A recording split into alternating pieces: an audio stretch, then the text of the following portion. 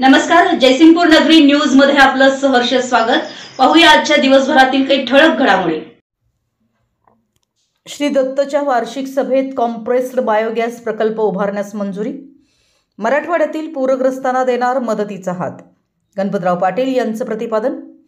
साखरेची आधारभूत किंमत 42 रुपये प्रति किलो करण्याची मागणी। रघुनाथ पाटील यांचं प्रतिपादन।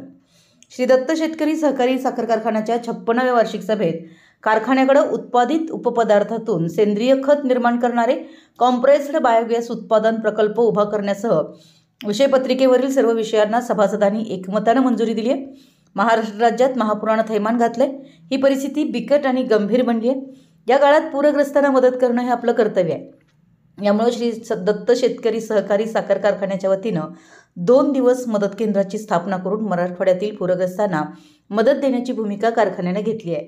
सभासदांनी या मदत केंद्रात मदतीचा हात देऊन माणुसकीचं नातं जपण्याचं आवाहन कारखान्याचे मार्गदर्शक संचालक सहकार महर्षी गणपतराव पाटील यांनी या वार्षिक सभेत बोलताना काय म्हणाले ते आपण सविस्तर पाहूया।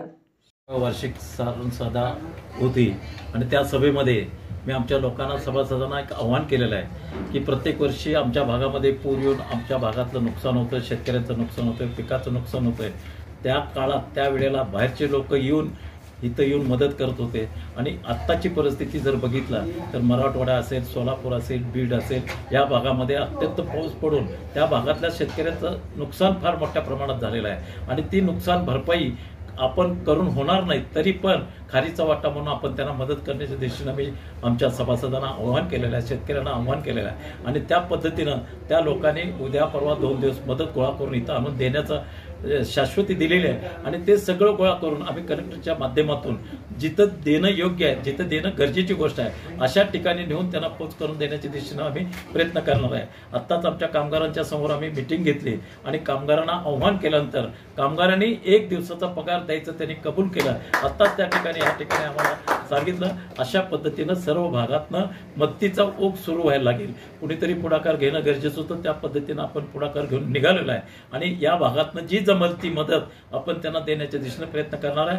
4-5 वर्षापूर्वी केरळमध्ये ज्यावेळेला मोठा पूर आला तिथं देखील नुकसान झालं, त्यावेळेला आमच्या भागातून आम्ही 7 ट्रक धान्य असेल, म्हणजे कपडे लत्ता असतील, जे असेल जीवनावश्यक वस्तू त्या पाठवून देण्याचा प्रयत्न करून तिथं पाठवून दिले। त्याच पद्धतीनं 2 दिवस आम्ही प्रयत्न करून जास्तीत जास्त मदत त्या भागातल्या लोकांना कसं देता येईल ही बघण्याची दृष्टी ठेवून जाणार आहे आणि आम्ही समाजातल्या लोकांना देखील आव्हान करतो आमच्या भागातल्या लोकांना की तुम्ही देखील जे जमेल ती तुम्ही मदत करण्याची दृष्टी ठेवा, कारण आपल्याला 3-4 वेळा त्या भागातल्या लोकांनी अत्यंत मदत केलेली आहे। त्याची जाणीव ठेवून, माणुसकीची जाणीव ठेवून आपण मदत करण्याच्या दिशेने प्रयत्न करावे एवढी कळकळीची विनंती त्यांना करतो।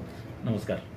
गेल्या 7 वर्षात साखर उद्योगात ऊसाच्या FRP मध्ये रुपये 2750 वरून 3560 रुपयापर्यंत प्रतिटन वाढ झाली आहे। मात्र साखरेची किमान आधारभूत किंमत फेब्रुवारी 2019 पासून प्रति क्विंटल 3100 रुपये इतकीच आहे। त्यामुळे गेली 3 वर्षे साखर उद्योगाकडून साखरेची किमान आधारभूत किंमत वाढवण्याबाबत सातत्याने मागणी होतीये। साखर उत्पादन, खप व दरामुळे साखर कारखानदारीचे आर्थिक चक्र सातत्याने अडचणीत येत आहे। अशा परिस्थितीत ऊस उत्पादकांना त्यांच्या ऊसाचा मोबदला वेळेत देता यावा या उद्देशानं केंद्र शासनानं साखरेच्या आधारभूत किमतीत वाढ करणं आवश्यक आहे। त्यामुळे साखरेची आधारभूत किंमत किमान 42 रुपये प्रति किलो करावी अशी मागणी श्री दत्त शेतकरी सहकारी साखर कारखान्याचे चेअरमन रघुनाथ पाटील यांनी वार्षिक सभेत बोलताना केली। येथील श्री दत्त शेतकरी सहकारी साखर कारखान्याची 56वी आणि श्री दत्त शेतकरी सहकारी साखर कारखाना चॅरिटेबल ट्रस्टची 18वी वार्षिक सर्वसाधारण सभा गुरुवारी दुपारी कारखाना कार्यस्थळावर खेळीमेळीत संपन्न झाली। यावेळी या वार्षिक सभेत सहकार महर्षी गणपतराव पाटील आणि कारखान्याचे चेअरमन रघुनाथ पाटील यांनी अध्यक्षीय मनोगत व्यक्त केली। सभेच्या सुरुवातीस कारखान्याचे संस्थापक माजी खासदार दत्ताजीराव कदम, श्रीमंत विश्वासराव घोरपडे सरकार, माजी आमदार दलित मित्र दिनकररावजी यादव, माजी आमदार डॉ. अप्पासाहेब सारे पाटील यांच्या प्रतिमेचं पूजन करण्यात आलं। उपस्थितांचं स्वागत आणि अहवालसालात दिवंगत झालेल्या नावांच्या यादीचं वाचन चेअरमन रघुनाथ पाटील यांनी केलं। दिवंगतांना श्रद्धांजली वाहण्यात आली। कारखान्याचे कार्यकारी संचालक M. पाटील यांनी कारखाना आणि चॅरिटेबल ट्रस्टच्या विषयपत्रिकेचं वाचन केलं। सभासदांनी दोन्ही विषयपत्रिकेवरील सर्व विषय एकमतानं हात उंचावून मंजूर केले। या सभेत बोलताना कारखान्याचे मार्गदर्शक संचालक सहकार महर्षी गणपतराव पाटील पुढे म्हणाले की श्री दत्त शेतकरी सहकारी साखर कारखान्याने नेहमीच ऊस उत्पादक शेतकरी सभासद व कामगार बंधूंचं हित साधलंय। केंद्र आणि राज्य शासनाच्या नियमाप्रमाणेच ऊस उत्पादकांना एकरकमी FRP दिली आहे। सहकार क्षेत्रातील साखर कारखानदारी टिकवण्यातच शेतकऱ्यांचं हित आहे। यामुळे सर्व शेतकरी सभासदांनी आपण पिकवलेला ऊस गाळपास कारखान्याकडे पाठवून सहकार्य करावं। ऊस उत्पादक सभासदांचा ऊस वेळेत गाळप करण्यासाठी कारखाना व्यवस्थापन प्रयत्नशील राहील। श्री दत्त शेतकरी सहकारी साखर कारखान्याच्या वतीनं मराठवाड्यातील पूरग्रस्तांना मदत करण्यासाठी मदत केंद्राची स्थापना करण्यात येणार आहे। 2 दिवसात या मदत केंद्रात मदत करावी।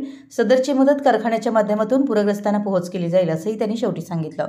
यावेळी श्री दत्त शेतकरी सहकारी साखर कारखान्याचे चेअरमन रघुनाथ पाटील हे अध्यक्षीय मनोगतात बोलताना म्हणाले की श्री दत्त शेतकरी सहकारी साखर कारखान्यानं संचालक मंडळ नेहमीच ऊस उत्पादक शेतकरी सभासद आणि कामगारांच्या बरोबर कारखान्याच्या प्रगतीसाठी सातत्याने प्रयत्नशील आहे। त्यामुळे कारखान्याच्या माध्यमातून सुरू असलेले सर्व उद्योग यशस्वीपणे वाटचाल करत आहेत। गत गाळप हंगामात साखर कारखान्यानं 10,70,882 मेट्रिक टन ऊसाचं गाळप केले। 12.19% ऊसाची रिकव्हरी असून 11,60,700 क्विंटल साखर उत्पादन झाली आहे। केंद्र शासनाने जाहीर केलेल्या FRP प्रमाणे कारखान्यानं 3200 रुपये प्रमाणे ऊस उत्पादक शेतकऱ्यांना रक्कम अदा केली आहे।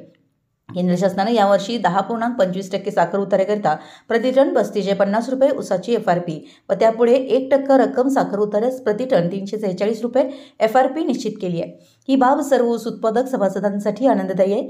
त्यामुळे सर्व ऊस उत्पादक शेतकऱ्यांनी आपला ऊस कारखान्यास गाळपास पाठवून सहकार्य करावं असं त्यांनी शेवटी आवाहन केलं।